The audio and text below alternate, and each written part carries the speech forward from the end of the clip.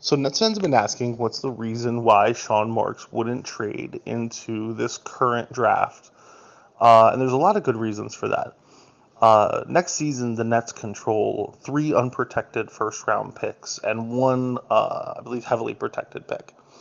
Now, all I heard when we were debating in spaces was how the Nets, and you can't really trust the lottery. You could be screwed out of the lottery. You could be the worst team in basketball and end up picking fifth multiple times. Or this is why I think it's important to hang on to guys like Cam Johnson, Dorian Finney-Smith, Bogdanovich, is because they're going to open up opportunities for us to potentially trade into or move potentially disappointing picks up further up the ladder in the upcoming draft in 2025, which anyone will tell you, any prognosticator will say, is a far superior draft than this one that just happened. There was no obligation to.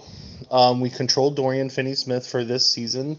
He then goes into a player option after this. Cam Johnson is under control with a very good descending contract over the next couple years. His contract will only get more and more tradable.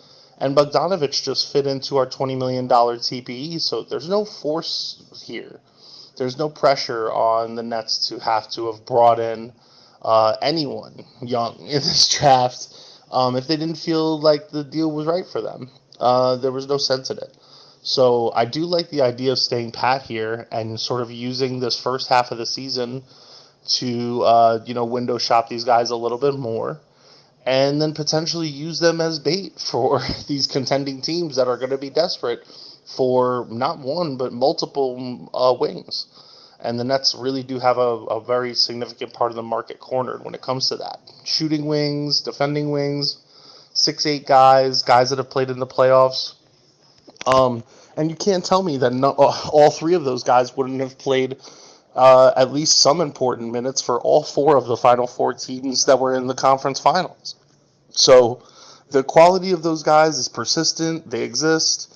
Even though Cam Johnson was disappointing last year, a lot of that had to do with injuries. So he never played more than 20 games in a row. He never played with a point guard worse than Chris Paul in his career. And let's say maybe our coaching wasn't as up to snuff as I will believe it will be this season. So kudos to Sean Marks for saving the franchise. But anything more than that would have been just absolute whipped cream on top of the cherries, on top of the cake, on top of the frosting, on top of the sprinkles of getting our future back. So, yeah, tune into Brooklyn Netcast. We'll be dropping more of these audios, and stay tuned. And hopefully, y'all will be cheering for the Nets this time soon. Cheer for the tank.